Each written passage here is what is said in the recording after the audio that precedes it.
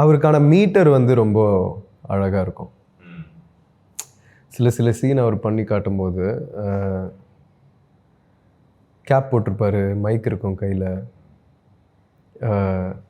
அதை முடிச்சுட்டு மானிட்டரில் தான் போய் உட்கார போகிறார். நம்ம வந்து அங்கே வார்ம் அப்பில் இருப்போம், ஒரு சீனோட மூடில் நம்ம இருக்க ட்ரை பண்ணுவோம். அவர் டக்குன்னு வந்துட்டு ஒன்று பண்ணி காட்டு போவார். தென் யூ ரியலைஸ் இவர் வந்து இத்தனை சுச்சுவேஷன்ஸ் இந்த மாதிரி அவரோட வாழ்க்கையில் உணர்ந்ததுனால அவருக்குன்னு ஒரு ட்ரூத் இருக்குது.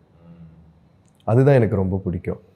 ஏன்னா அந்த ட்ரூத் இருக்கிறதுனால தான் அவர் எந்த எஃபர்ட்டுமே போடாமல் இயல்பாக அவர் மனசுக்குள்ளே என்ன ஃபீல் ஆகுதுன்னு அவர் வெளிக்காட்டும் போது ரொம்ப இயல்பாக இருக்கும். அட் த சேம் டைம் கேமராக்கான கரெக்ட் மீட்டர்லேயும் இருக்கும். இருக்குது. Okay. That's amazing. Like for example இந்த ஸ்கூல் போர்ஷன் சீன் நம்ம எடுக்கும்போது 10 டிஃபன் பாக்ஸ் சாப்பிட்ருக்கேன்னு சொல்லிட்டு என்னை ஓட வைப்பார் இல்லையா, அதில் ஒரு டைலாக் இனிஷியலாக இருந்துச்சு.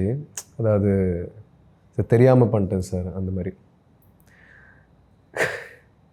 இது சொல்லாமா தெரில, நான் வந்து இதை யோசிக்கும் போது இதை தெரியாமல் பண்ணிட்டேன் சார்ன்றதுல வந்து ஒரு இப்போ அண்ணியை நம்பி சொன்னாருன்னா எப்படி சொல்லுவார்? புரியுது. ஒரு பயங்கர அப்பாவித்தனத்தோட அது அந்த மாதிரி ஒரு ஆப்ஷன் இருக்கான்ற மாதிரி என் மைண்டில் ஓடிட்டு இருந்துச்சு.